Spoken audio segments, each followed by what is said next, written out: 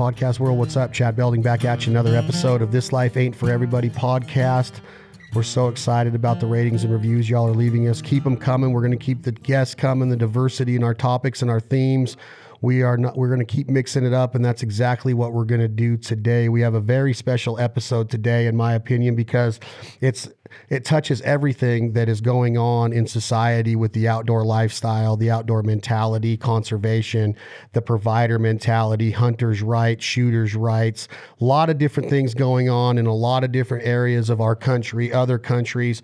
This organization is at the forefront of all of that. And when you get down in the weeds about what Safari Club International is all about, their story, their roots, their heritage, and mostly their culture, it's very humbling to know that they have the team, the employees, the volunteers that are fighting for hunters' rights behind the scenes every day, that we could wake up when we get in the turkey woods and take it for granted what's truly going on to ensure this lifestyle for so many generations to come. And today we are joined by two of the finest members of Safari Club International out of their home office, working out of, I think, actually their homes right now during the quarantine. So it's even more special to have them here.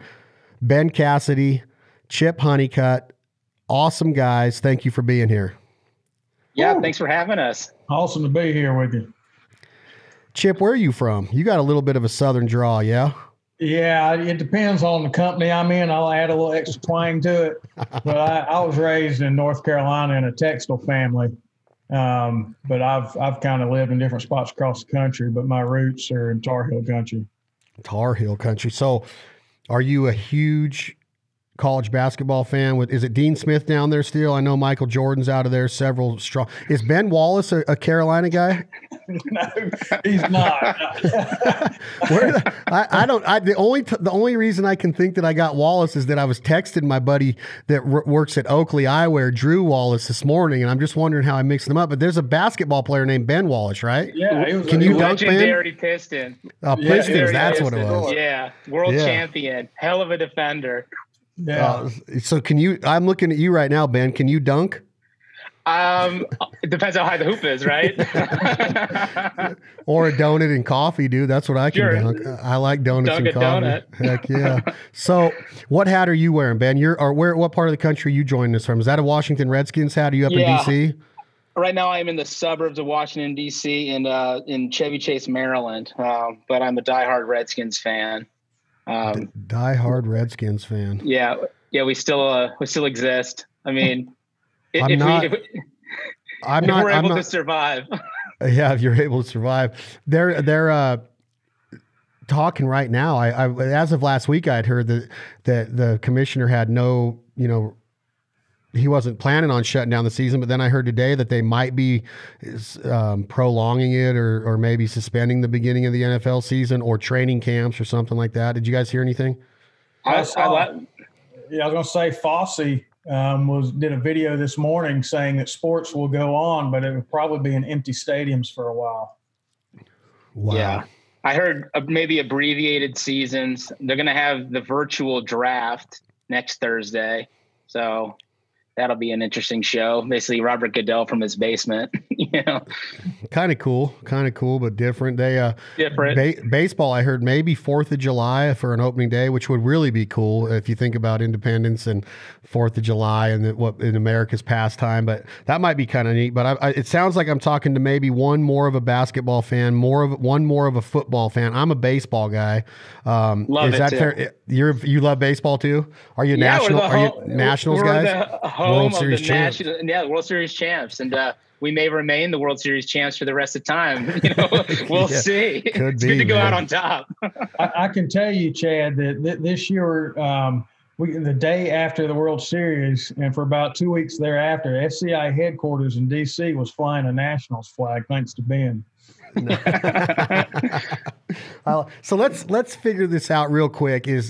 I think it's easy for somebody to assume when they see the SCI logo and the Safari Club name, and if you're a hunter in Nevada that likes to chase a coyote or a mule deer, my first thought was, I don't know if that organization is for me. I don't know if I'll ever go to Africa. I don't know if I'm ever going to see an elephant or a dangerous five or some plains game or a kudu. I don't know if I'm ever going to have that opportunity. So I don't know if it's worth my time, my money, my finances to ever volunteer or support Safari Club. Is that a fair assumption that some people could have, that you guys have heard, that with the word safari in there, that it could mean something that wouldn't pertain to per se a duck hunter or a turkey hunter in the continental United States?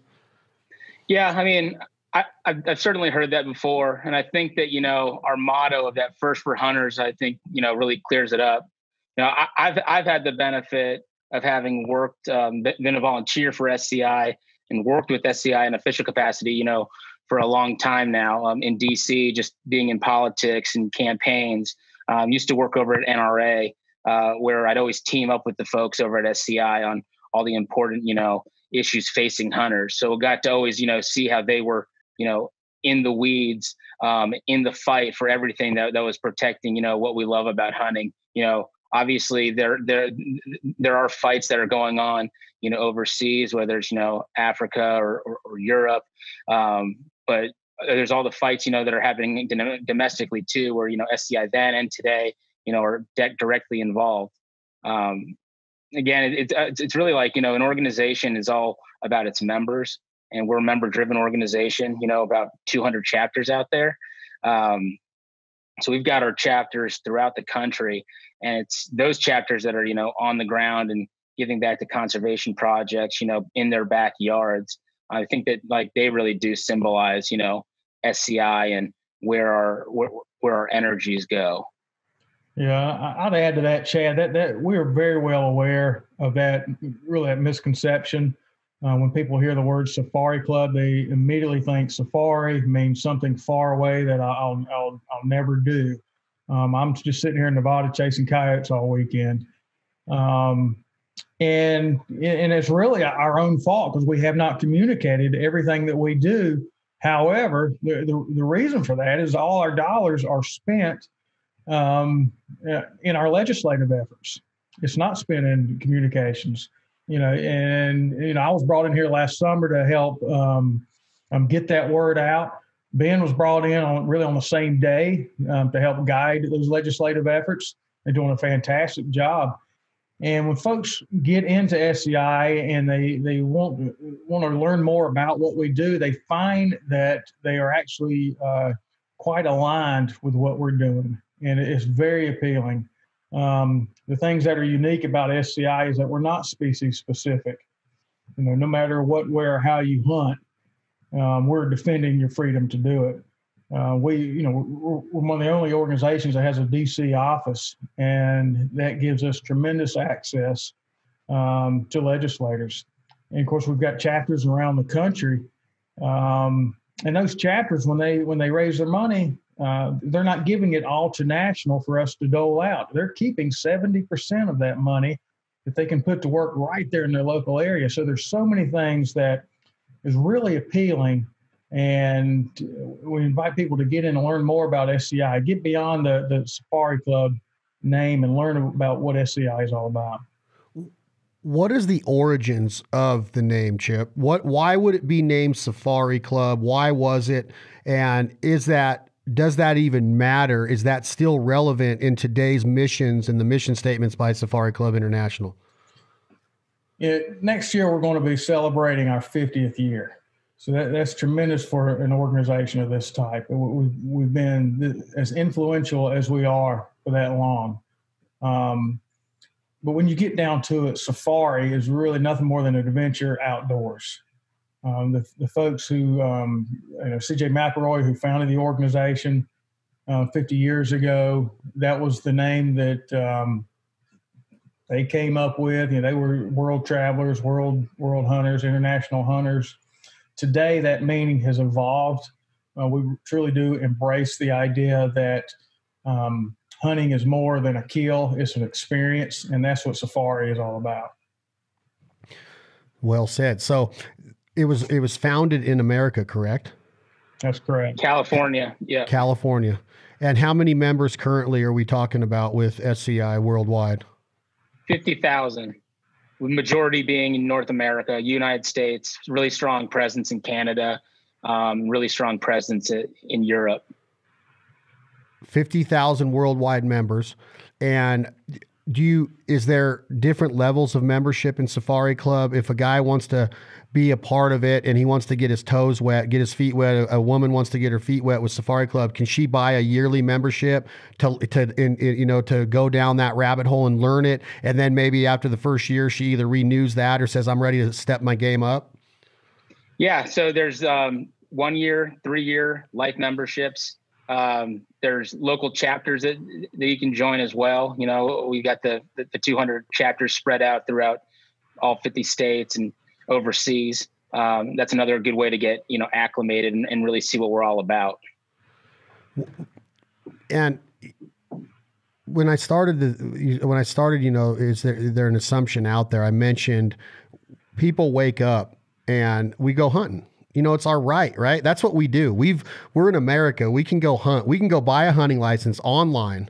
We can go to a store and get a gun. We can get ammo, and we can literally go ask for permission on private property. We can go hunt WMAs or public property. Montana, Wyoming, Nevada. I mean, there's so much BLM, Bureau of Land Management land out in those areas that you can access. And as long as it's not a wilderness, validated area to where you can't bring machinery or anything, mechanics into that area, you own it. It's public property. You can go hunt in this country how we feel.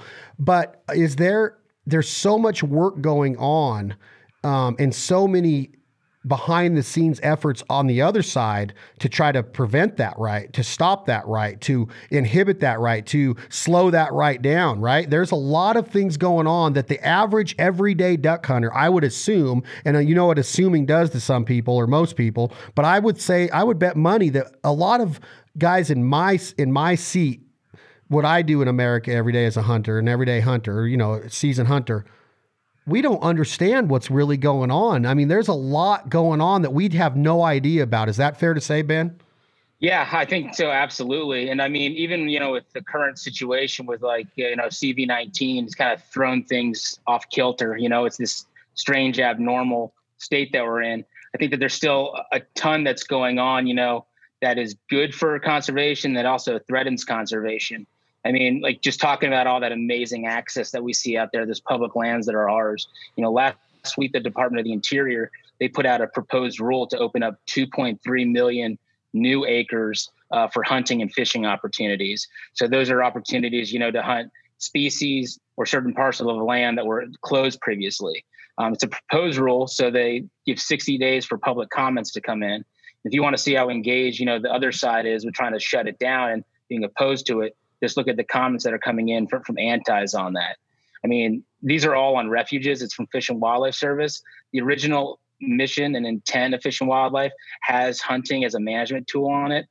So all that they're doing right now, in the administration is really lifting, what that original intent is. But yeah, 2.3 million acres, and like ways that we're staying engaged is we're putting together with our legal team really thorough comments that are supportive of these proposed changes so that we see them actually instituted in time for the next season.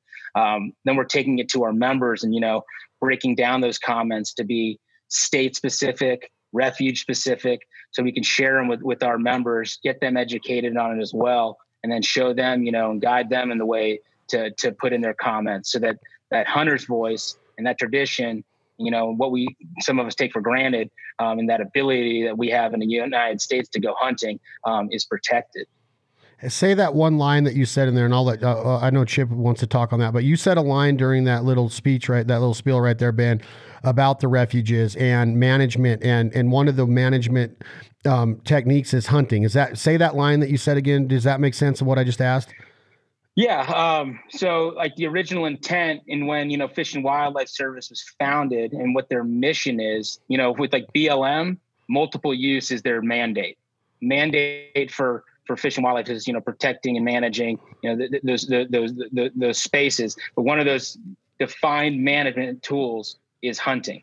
So now these public areas that have been like just rest areas or sanctuaries or, just places where, a duck or a deer or an antelope or whatever can be behind close gates pretty much to where hunters can't get in there. So that management tool of hunting has not been being utilized. So the administration right now is saying that this will be healthy for these lands to go in there and manage the herds, manage the wildlife populations through the management tool of hunting. Is that kind of in a nutshell what you're saying?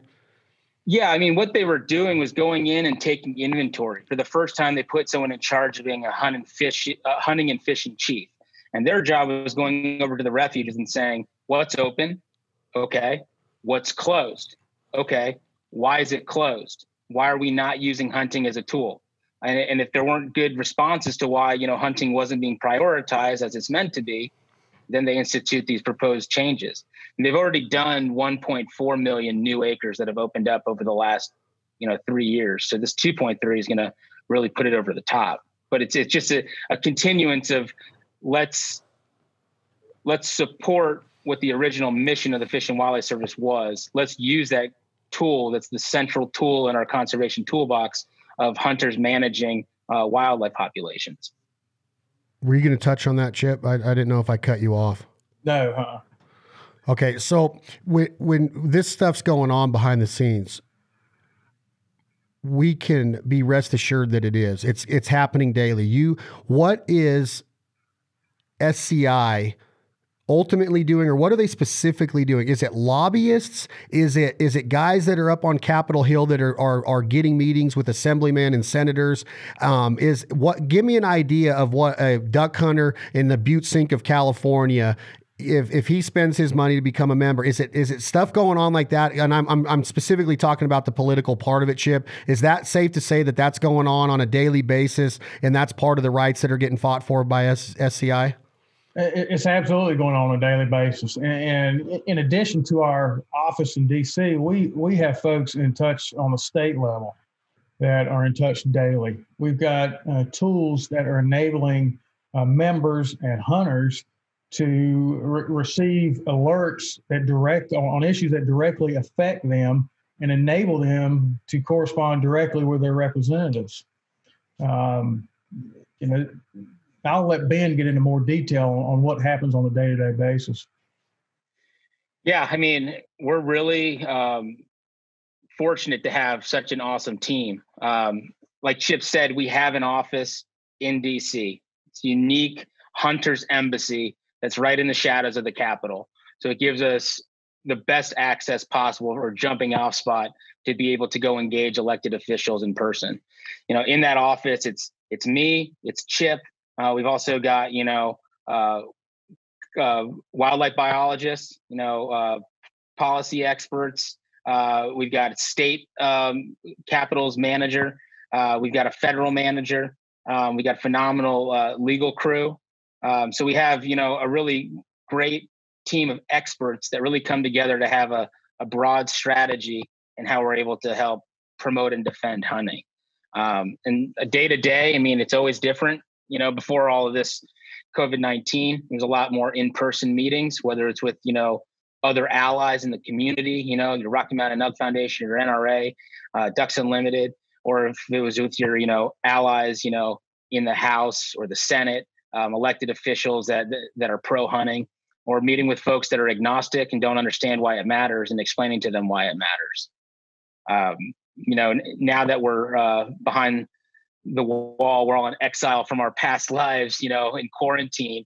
We've been doing a lot virtually, staying in touch with, elected officials and their staffs over the phone, using Zoom. I think we've gotten a lot better at Zoom. We even have our fancy backdrops now.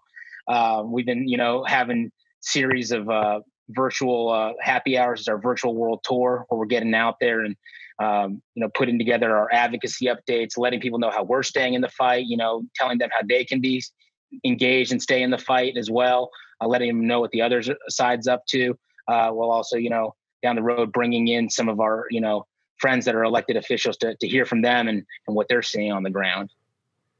Where does the membership money go? Is there different buckets that it's split up into? I assume that again, I'm assuming again, but where does a guy that signs on the dotted line and sends that check, where does he think or she think, or where does she know that money is going to be utilized for?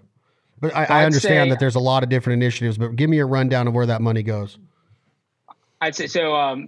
our CEO, Laird Hamberlin, he started about a year ago. He came on, has been involved with SCI as a volunteer capacity, for 40 some years, very successful businessman, loves SCI. So, took a break from his business life to come into SCI and help give it, some strong direction. And the first thing that he really did was he came in and he gave us a clear direction by, putting in, 4 pillars, and that's advocacy, conservation, membership, and convention. So those 4 buckets there, I would say, is where, when somebody joins, they're getting extreme value out of. Advocacy is what we've been talking about on Capitol Hill, and then the other offices around the country fighting for the rights. Then you came in and you said conservation. This is where you team up with allies across the country to go in and ensure the habitat, whatever species it is it better breeding grounds? Is it better habitat? Is it better food sources, nutritional values kind of things to make sure that animals are thriving? Is it working with NWTF to make sure that a turkey population that's transferred in a trade with Texas potentially we send sheep there and they send turkeys here? Do we work in conservation efforts to make sure that first and foremost that we have compassion for the animals and their species and the different species and their habitat? But we do team up with other organizations on issues. But when we speak about the pillar of conservation, these are projects that we're conducting ourselves through our sister organization, SCI Foundation. And Foundation since 2000 has put $60 million directly into on the ground projects, from species studies, working with states on migration corridors, anti-poaching efforts in Africa, those kind of projects. And so these are things that SCI member dollars are directly affecting and enabling us to support. Ben, do you have anything to add on conservation? Yeah, I just say, conservation, like it takes a village, right? We do partner up a great deal, say with the foundation, with our chapters.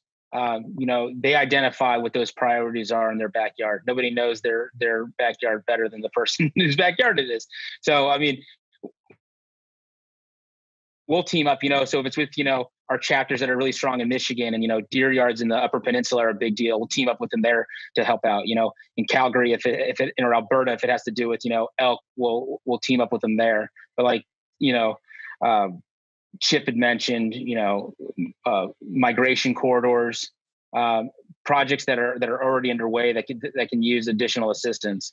And behind Chip, you'll see the 2 logos. The top is SCI, and underneath it is our foundation.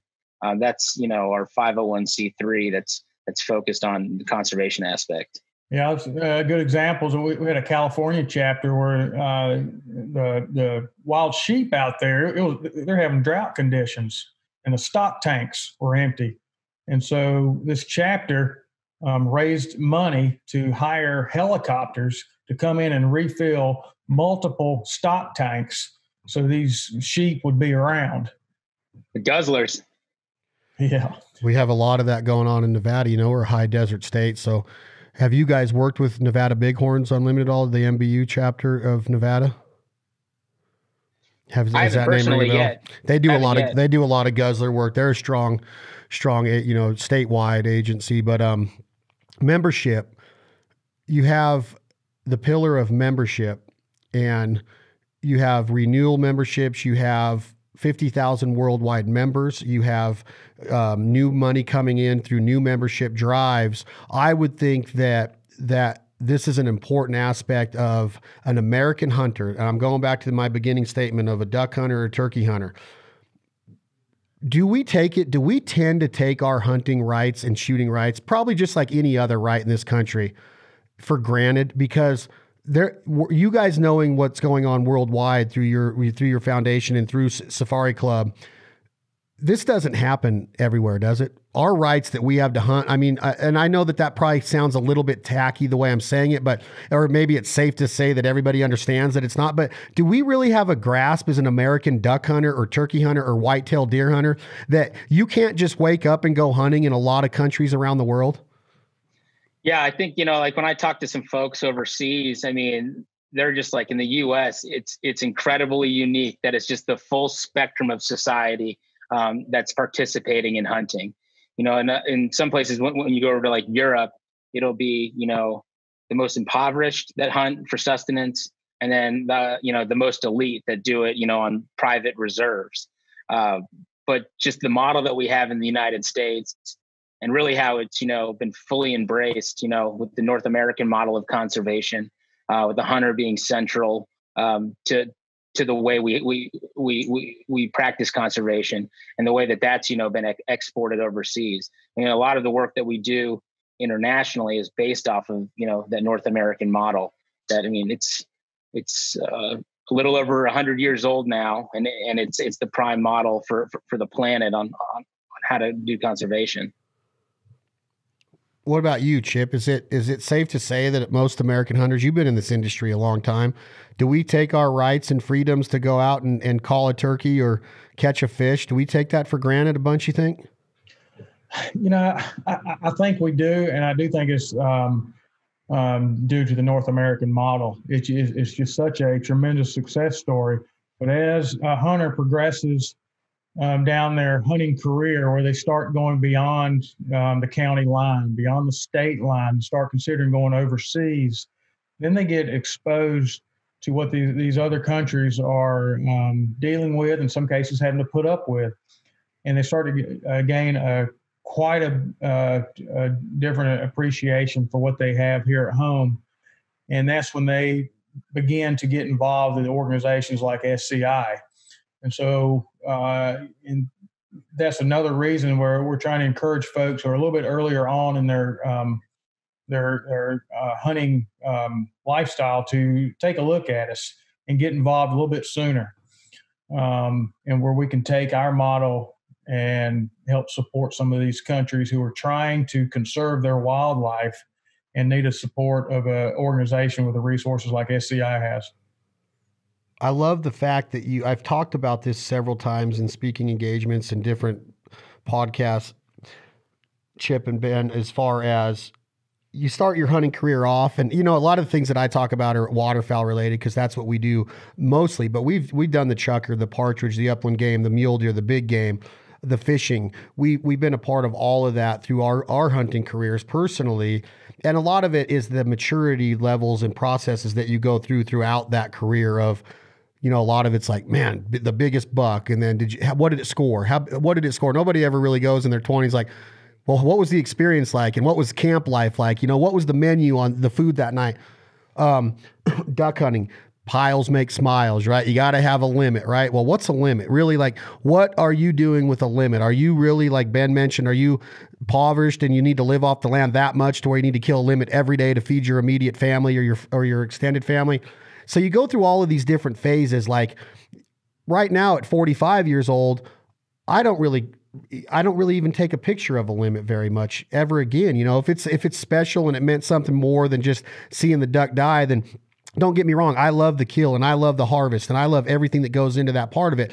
But there's so much more that goes into this lifestyle and the experience of the hunt. And that's what SCI stands for. That's what they are showing, is that this is a culture that the sooner you realize how important that culture is, and that doesn't mean that it's opposed to that maturity process or that level that you're at of the piles, the bigger buck. You got to kill 150 chucker a year because your buddies are always going to ask you, how many did you kill last year, right? I think that the culture of SCI is showing that a member, and you go to a kid that's, let's say, 20 years old, he's 2 years out of high school, he might be a junior in college, he's got his own truck and he's hunting like crazy, he's got that passion. Get involved now. If you can't get involved with your time and volunteer to run a banquet or go run a conservation program or go work on an easement or a guzzler, whatever it is, write a check, put your money in there, get that decal, get that weekly or that newsletter that comes however many times a year, get involved in 1 or 2 events a year that you can go attend, and just start to engulf that culture, right? That is the most important thing when it comes to a membership, is that we have to understand that the sooner you said, just like you said, Chip, the sooner you get involved in that part of your hunting career and maturity level, the better off you're going to be for so many more years to come. Look, there is nothing better than getting behind a cause with buddies. I mean, we get down to it, SCI is a social organization, a bunch of like-minded folks who like to get together and enjoy hunting in the outdoors. It's an interesting juxtaposition to me that where you see folks on social media will post their kill shot, but when you ask them, how did your hunt go? They talk about the experience. They don't talk much about the kill. They talk about where they went, who they saw, what they did, what they ate, the stories around the campfire. And imagine 50,000 people getting together and doing that, and then pulling their resources to make it a better experience. And that's what happens at chapters. That was happening at conventions. It happens all year long with SCI. Yeah, it's exactly. And so as far as the age group, would you say that right now to a group of college hunters? Is there college chapters of SCI? Is there campus affiliations of SCI going on with like-minded individuals that are in that stage of pretty much just starting their ability to make money and make these decisions of, I am going to travel to hunt, I am going to be an outfitter, I am going to be a weekend warrior, I am going to be a member of SCI? Is there a voice out there that is getting that age group, the message? We don't currently have a collegiate chapter program. What we've found is that as college age guys are latching on to their local SCI chapters and finding what they're looking for with those. Now, we do have some places that express an interest in it, and we're exploring that kind of program. But right now, our local chapters are so strong, and they're such pleasant groups to be around that they're attracting the college age folks. Okay, I'll let you think on this one, Chip. I'm going to ask Ben if he has off of the top of his head. Can you give me a success story that you've been thinking about lately, Ben, that's been on the top of your mind that you've witnessed lately? Is there something that's right there on the tip of your tongue that you're so excited about or happy, satisfied with, of what you've seen results with lately? I think one of the biggest wins that we've seen this year was Louisiana, the black bear. They shut down Louisiana black bear hunting in Louisiana, and SCI submitted comments. We intervened and said that they didn't have standing to shut it down. And in February, we prevailed, and the judge cited SCI's arguments as being the reason why they threw it out, which would reopen bear hunting in Louisiana. So that was,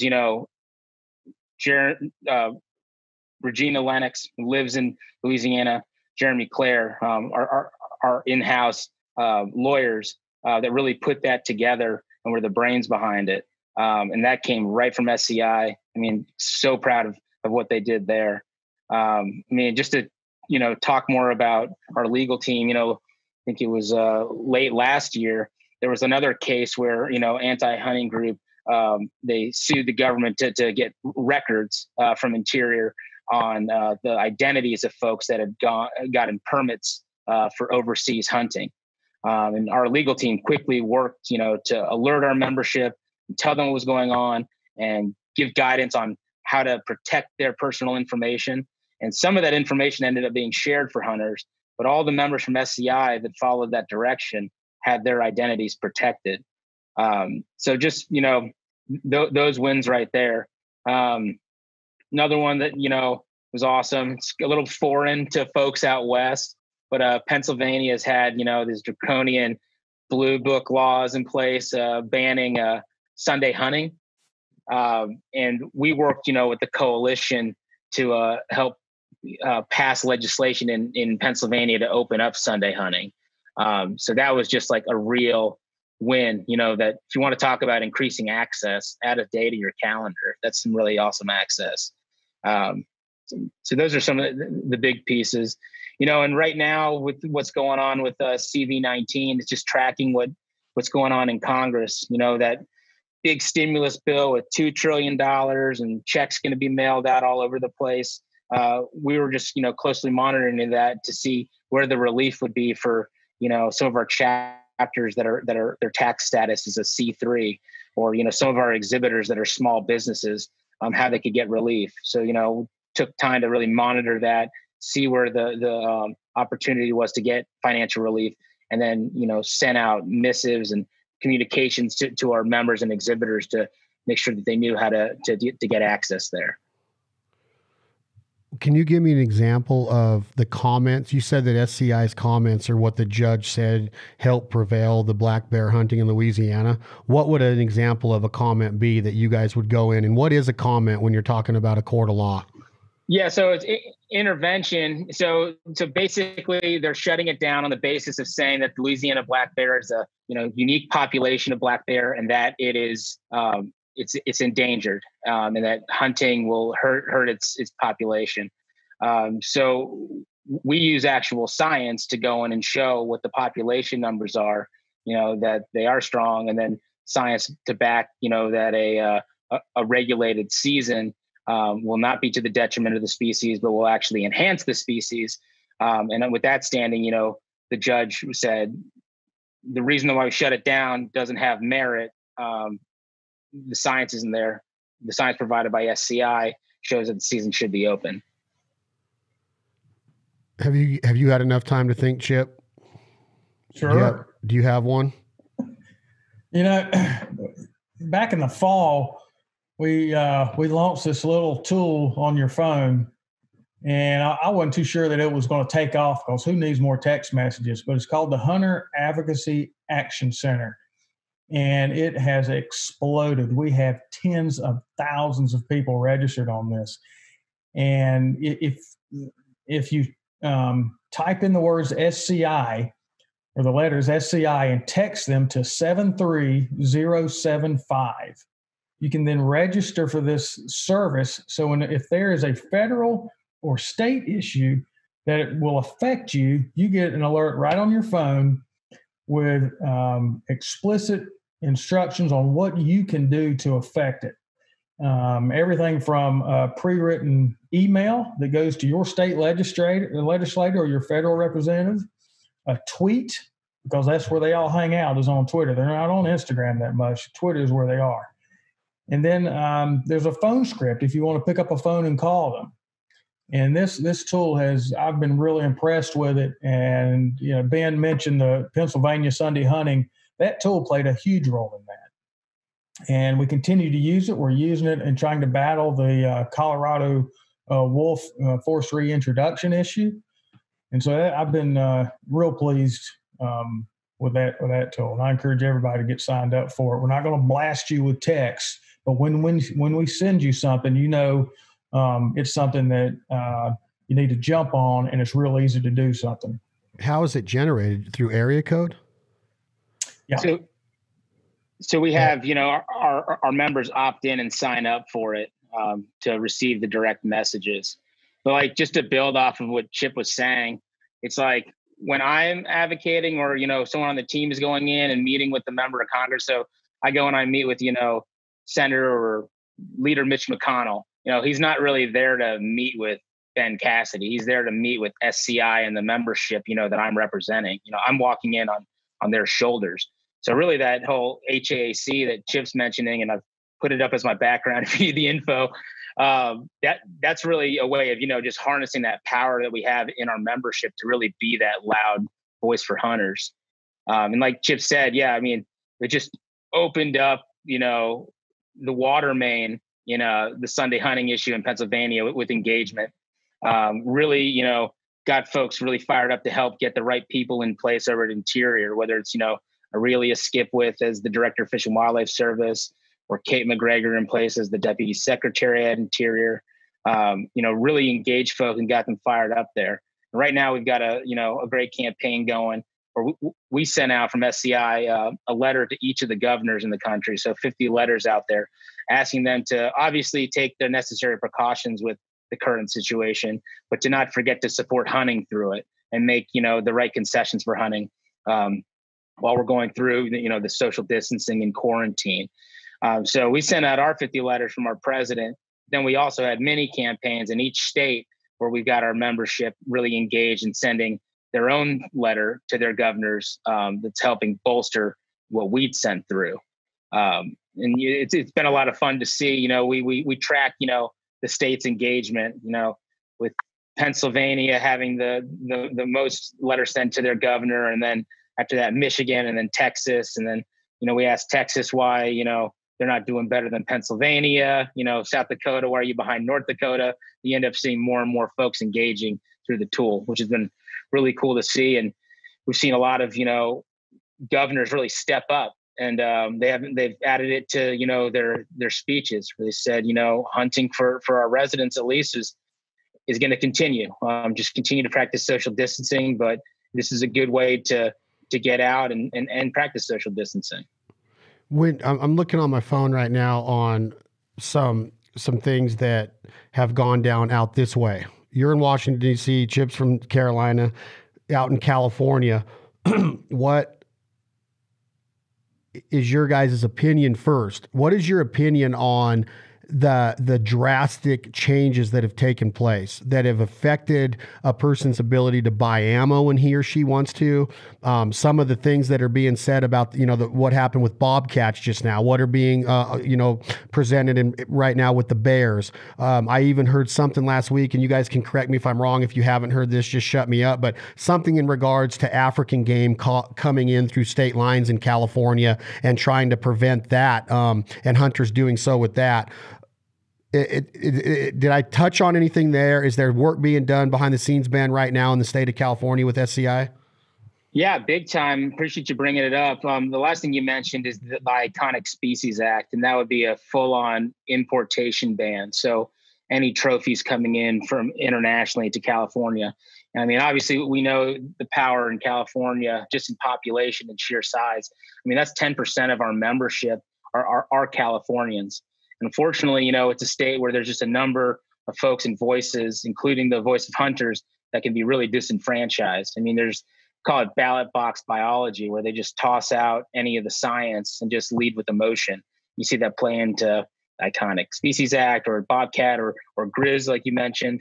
But what we're really focusing on with the Iconic Species Act, and it should have had its hearing, this week, but that was bumped because of the situation. But we've been really engaging with African countries, range countries, people that actually manage those populations there, that really rely on the dollars that come in through hunting overseas.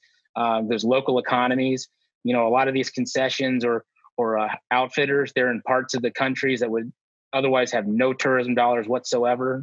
These aren't your national park destinations, but they're tough places to go to. And it's really those hunting opportunities that bring in those dollars. So we got those voices from over there telling that story. And they're the ones that actually manage that, that land and their populations, telling that story to Governor Newsom, to the legislation in California, and just put the onus on them to not listen to the voices that actually matter in this conversation. That's the local people that are being affected. And say the name of the bill one more time. It's the Iconic Species Act. Yes, sir.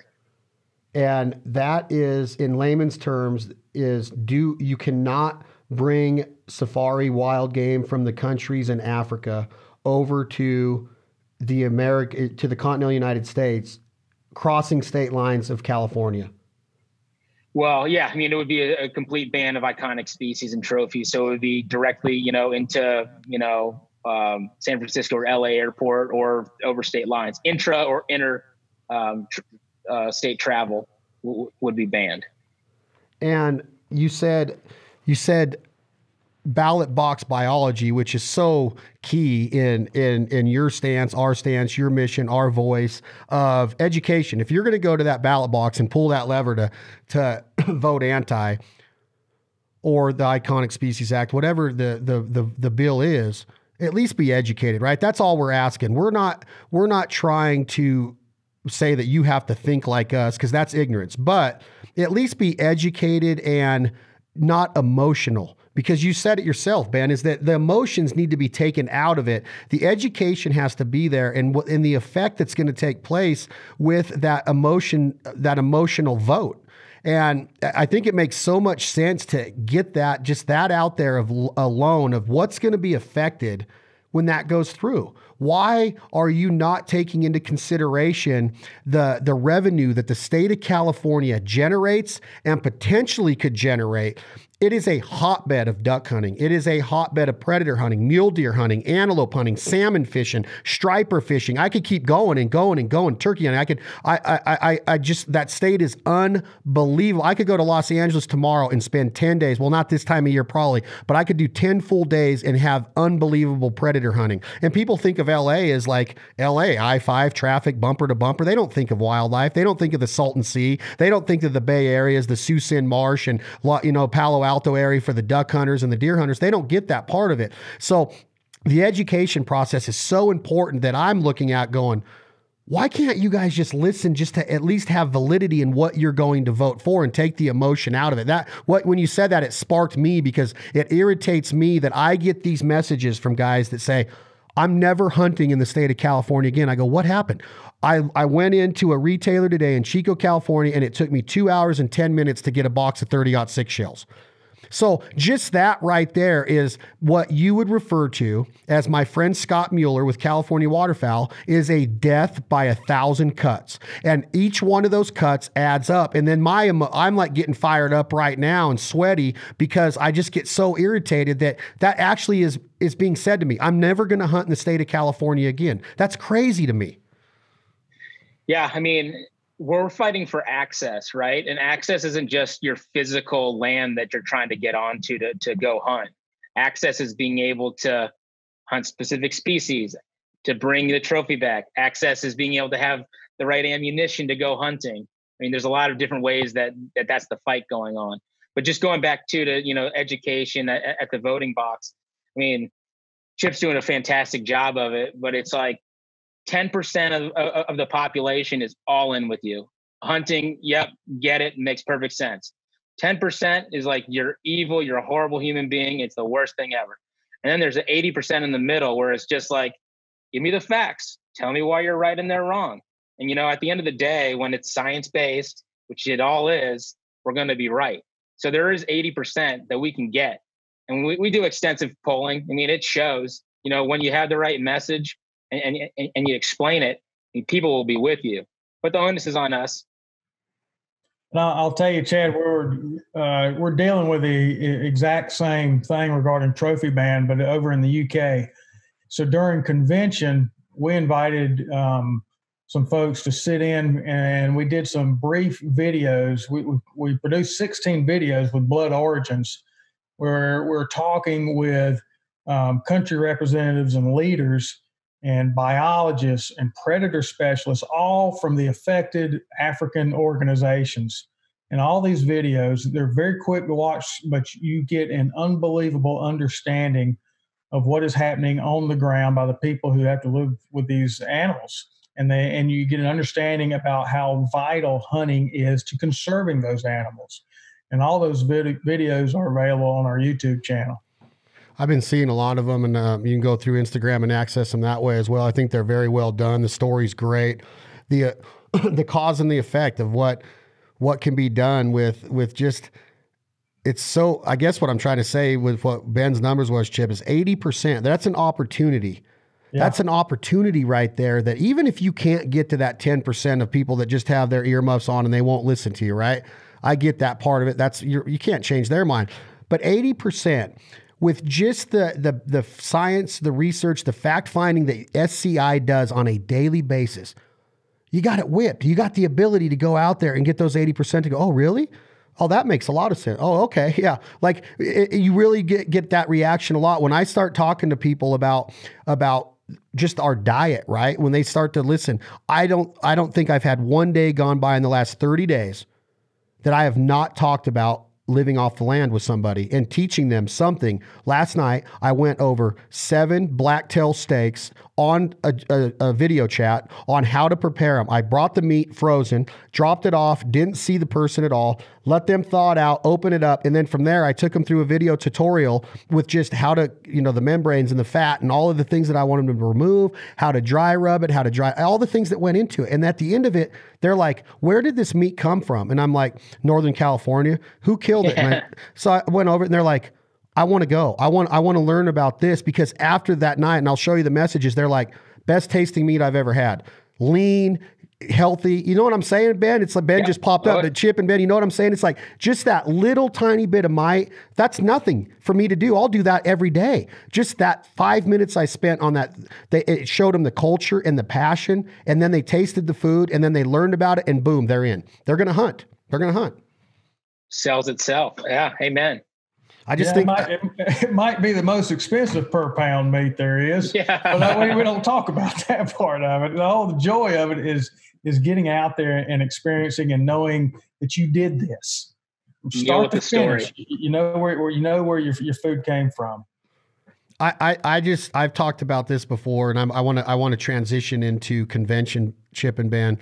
I don't know of a cooler way to live life. I just don't. I don't think that somebody could come and paint a picture of a professional athlete because they're a hunter too, a professional artist or actor or musician because they're a hunter too. So the special, the feeling, the fuzzy feeling inside that you could educate people on is, hey, go grow a garden and then mix those vegetables with some of this meat that you just went and you honed your skills to the point to where you were able to build your lifestyle or your income or your revenue base through your career to be able to afford to go to Africa and feed the villages over there. Or you can hunt over here and bring the meat into the sustainability factor of it, of going full circle with farming, being a well-versed hunter to lure the animal in a clean, ethical, harvestable shot, and then the butchering, and then the processing, and then the maintaining, and then the vacuum sealing, and then feeding your family off of it for a year.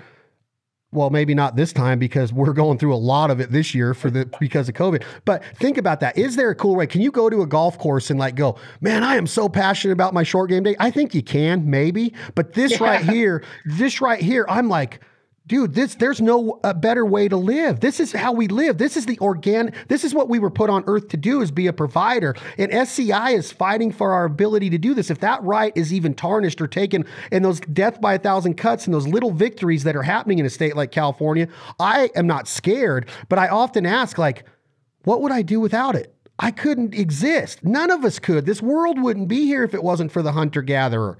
And so I just think that it's the coolest way to live life, man. I just love the ability to talk to people like I did that person last night, and then have him and his wife go, this is wild game. And I'm like, yeah, that's wild game. And it was taken care of the right way. It's just cool, man. It's just awesome. Man. Yeah, the passion comes through. We got to get you on the Hill to talk to some members of Congress. I would in a heartbeat. I think that it is so important to not be bullheaded and not say, you are an idiot because you're a vegetarian. I don't care that you are. I think it's awesome that you're a vegetarian. I love the fact that you can make vegetables taste that good to only want to eat vegetables. I love it. I like to eat sushi. I like to have a cucumber once in a while with sushi, but I'm going to eat raw fish like it's going out of style, and I'm going to eat ducks and geese and buffalo and bison. And I mean, I've eaten cougar. I've eaten mountain lion. I've eaten a lot of, I'm not Steven Rinella. I'm not trying to compete with Steven Rinella and meat eater. Those dudes are crazy when it comes to some of the stuff they eat. Ben, I'm losing you. Okay, there, you're back. But I honestly think that if you can show that passion of what are we doing wrong as opposed to what we're doing right, and show that you can take that wild game and that provider mentality, there's just not a better way to live, in my opinion. And I think that if you get the right people in line of saying, here's why we do it. Here's my daughter last night eating that deer, and she's like, Dad, I thought we were having duck. And I'm like, well, we were, but I'm going to do this little tutorial.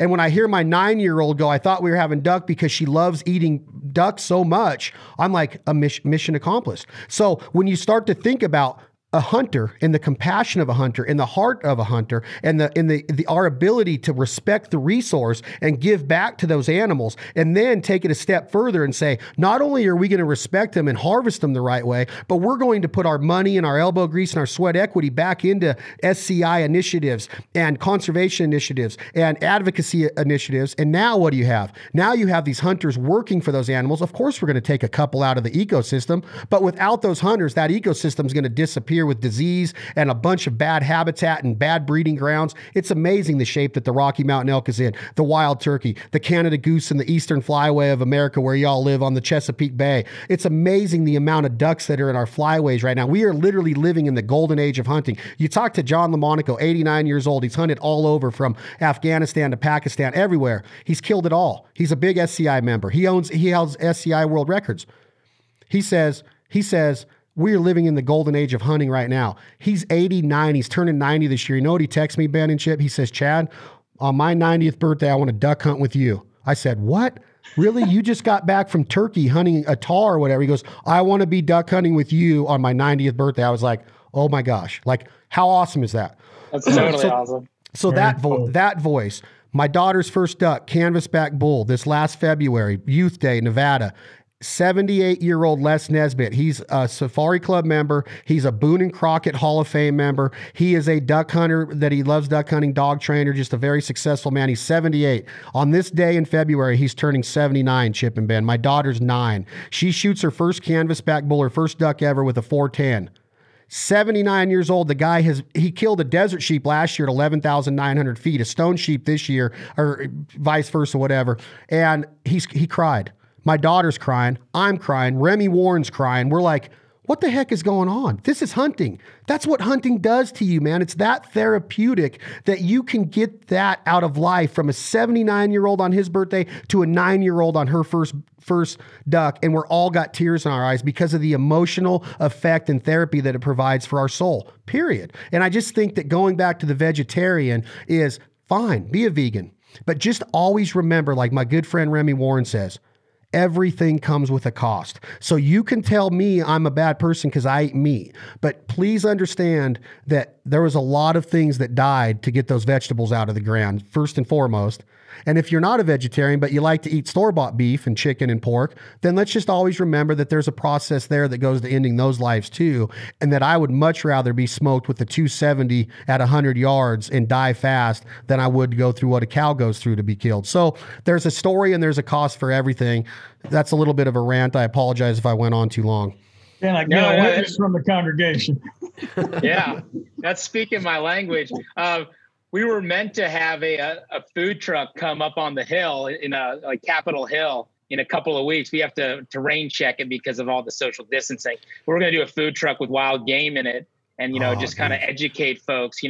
Just have 300 venison burgers in place, and then hand them out to Hill staff, and then also just kind of talk about that connection and that field of fork and give some direction in places that they can go to get their hunter safety done, get a mentor to go out for their first hunt and really experience it, from field to fork. Because it is just like, it's incredible. Just the way, the ability to tell our story or tell any story really through food, and something we can all relate to and connect to. And I think more than ever, people want to, be more in touch with where their sources are coming from. And like you said, I mean, today, there's such a disconnect. A lot of people just think everything comes pre-shrunk wrap at the grocery store. It's crazy. Some people know that there's more to it, and they want to be a part of it. So that's that 80%.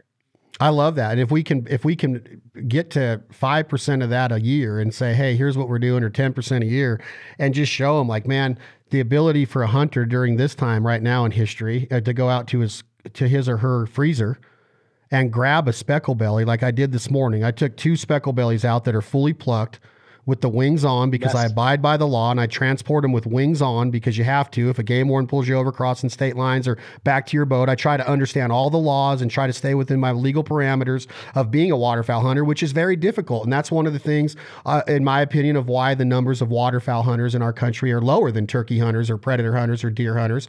Access and cost, and there's a lot that goes into it, but there's a lot of laws in duck hunting. But my point is that I looked in my freezer and I called my brother Clint and I go, it's 5 a.m. and he's getting up. He's a physical therapist. And I said, I envisioned this recipe last night. When I was cooking this deer, I started thinking about all these things that I wanted to do to this spec.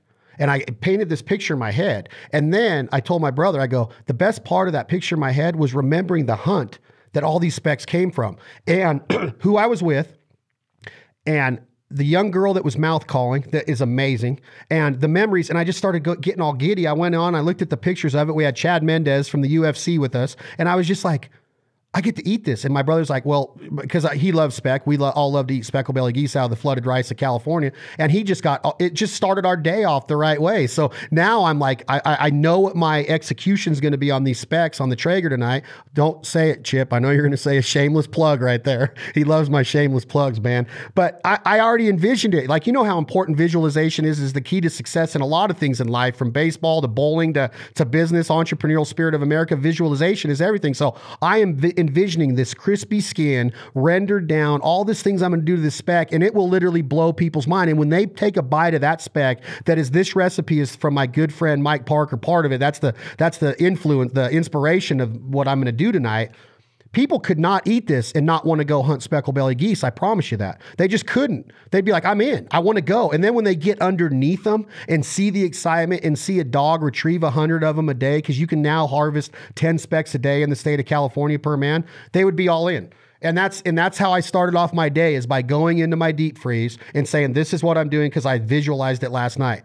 And I just think I'm going back to before we go into convention is, there's not a cooler way to live. So if you can get that cool part of it, of waking up and feeling like a provider, you're a hunter. Go hunt. Get into it. Find a mentor, which is important. That's what convention's important. Membership, mentorship programs through membership and through convention and through meeting people and networking are everything. And it's so key to the next generation that another thing that I take for granted is that when I come out of my mom's womb in 1974, I was in the mountains. I was on a backpack chasing mule deer. I have stories of 13 months old of being on mule deer hunts with my dad at 13 months old. So my point is, Ben and Chip, is that it was in my blood. I was going to be a hunter. I was mentored to do it. Now, I could have done something or experienced something that might have changed that, but I never did. And neither did my brother Clint or my brother Clay. And Clay's son Chase harvested his first coyote at 87 yards with a 22-250 at 6 years old, sitting between the legs of Uncle Alex Crosby. He did that, and he killed his first redhead last year. And Clint's sons, Chance and Caden, are both get deer tags every year and harvest them. Chance killed a 339-inch bull elk in eastern Nevada this year. I'm not bragging rah. I'm just saying that we were mentored to do it. But we take that for granted because so many of our brothers and sisters across this country don't have that. And I think that that's a huge part of me right now, working with guys like you or Rock Merlot in California, is introducing new people to this lifestyle through food, through passion, through gardening, through organic living, through being a provider, and then showing them that you don't have to be scared of this gun or this bow or this crossbow or anything. Come and enjoy it. And once they pull the trigger one time, I've never had one person go, I don't want to go shooting again. They're all like, when are we going again? Every time. Every time. That's exactly right. Well, now I've got meetings between now and about 8:00 at night, and you've been talking about food all day. Let's talk about something else. It's kind of a bummer to smoke these specs on a Traeger. Plug right there, but not be able to share them with your buds right now. Well, right? I guess I honestly think that the law is that you can't ship migratory waterfowl birds, but after it's cooked, I believe you can. I'm going to look into that, and I'm going to slide y'all a gift package to your addresses of some really nicely sliced spec. I'm telling you guys, there's a place in Gridley, California. Sorry, I'll end it like this, Chip. It's called the Gridley. It's called the Gridley Bar, and you walk in. It's just an old school cowboy bar, but they specialize in plucking of ducks and geese. And you've never seen dude, this operation, this lady runs there. She's like, I'm like, can we film this and document it? She's like, hell no, don't even think about it. I don't want cameras. I got my ideas down. You're going to want to put a light here and angle me here. And she goes, I want nothing to do with Hollywood. She calls me Hollywood. And so, and she goes, just come back here in 2 hours. And I go back there and I'm just like, whoa, like, look at this, man. Look at what I get to take home. And I'm driving through the Sierra Mountains with a big grin on my face and coolers, gator coolers. There you go, Chip. Full of all of these speckled belly geese and mallard ducks from the rice country. I just love it. But the convention part of it is held in our hometown this year again. After you guys went to Vegas for a minute, you guys are going to be here one more year, I think. Correct me if I'm wrong. And then you're going to Nashville. No, we're done. You're done in Reno. Three of you. So we'll be in Vegas February 3rd through the 6th next year at the convention center. In 22. We'll be in Las Vegas again, but at Mandalay Bay. And then for the 3 years after that, it'll all be in Nashville, Tennessee. And then for the 4 years following that, it's going to alternate between New Orleans and Indianapolis. And the idea is to bring the event to the people. You know, Reno was wonderful to us for so many years, but it's a hard place to get to. And when you have the majority of the hunters in the country within an 8-hour drive of, say, Nashville, we just thought, well, let's just take the event to them and make it available to some of these folks who know about us but really want to experience convention. I think it's first genius because Vegas is Vegas and SHOT Show's there every January. It's a destination. It's not a city to where you would have a large local draw, I would assume, but you might because of the money in Vegas and there might be the lifestyle down there. But Nashville, just the hotbed of outdoors, that whole I-40 corridor, you got Kentucky, you got Tennessee, you got Arkansas and Louisiana and the Mississippi Delta. Then you got Alabama and everything over there. And then where you're from. And then just above it, you got the Indianas and all of that. It's the heart of hunting, the Midwest, the South, the Southeast. And on top of that, you have towns like Nashville, which is my favorite city in America. So why wouldn't you go to have the barbecue, the meals, the Southern cooking, the country music, the camaraderie, the great people? It just makes sense. And now you're saying, quote unquote, bringing the convention to the people. This is a great way to mix convention in with membership. Obviously, that's what is going to be a big key in this, because when you go to the NWTF convention at Opry Mills in Nashville, or I've been to NRA in Nashville, which it was there this month, but it got canceled, obviously. This week, yeah. This week. It was going to be the 17th. It's awesome. There's just a different feel. When you're walking around NWTF and you experience that culture and energy, I'm all in. When I'm there and it's like a family, Nashville and that part of the country for hunters, every event they have the ability to go to is a family reunion for them. Yeah, when NRA had their show there and they shut Broadway down with Hank Jr. playing, that was something else. And then when I went into a bar to get a beer while he's playing in the street and there's a Hank Jr. cover artist playing with everyone watching him, I'm like, you know, the real guy's out there, right? Yeah. And they're like, well, this guy's really good, though. This guy's, like, no, he's out there. The real Bo Cephas is actually like, you mean like here? Like, yeah, like right here, like right out that door. He's on stage with NRA.